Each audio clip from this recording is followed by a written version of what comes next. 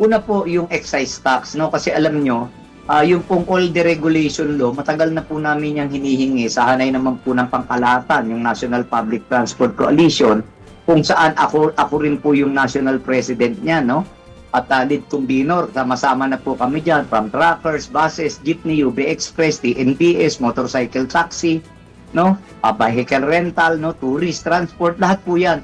Hinihingi lang po namin noon pa na sana revisahin na po yung all deregulation law dahil unang-una, kung titignan po natin yung pong tinatawag na bago makapagbigay ng ayuda doon po sa batas na yon, malinaw po na kailangan tumaas o maging $80 per barrel, no? Yung pong presyo ng pandaigdigang merkado ng bawat bariles. So, medyo sa akin, 1998 pa po namin ipinasayan no? Nilabas yung batas na yan. So, ibig sabihin, hindi na po ugma yung presyo ng dolyar noon sa dolyar ngayon. Ibig sabihin noon po kasi 45, 46 lang eh. Ngayon po nakasagsag tayo ng 59 something. So talaga pong medyo mahirap po yung ano na yon, yung presyo na yon kasi mahal na po masyado ang bilihin.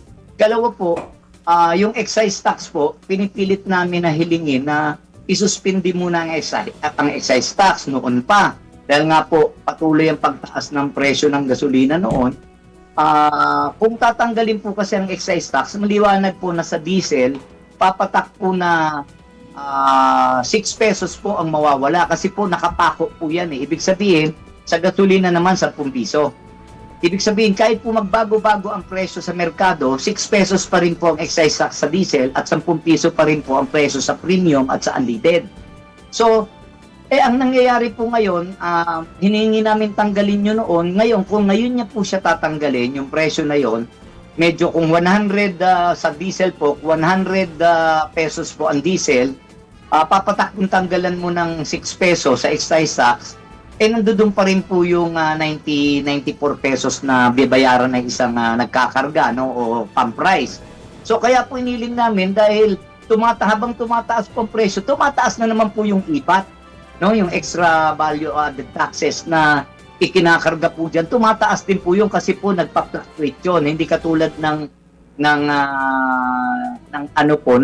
tinatawag natin excise tax, talaga naka-fix. Kaya po hiningi namin na baka pwede na tingnan din po na alisin o bawasan din yung excise yung pong ipat ng produktong petrolyo para po lumiit yung talagang presyo po sa pandaigdigang merkado ay sa lokal na mga gasoline station.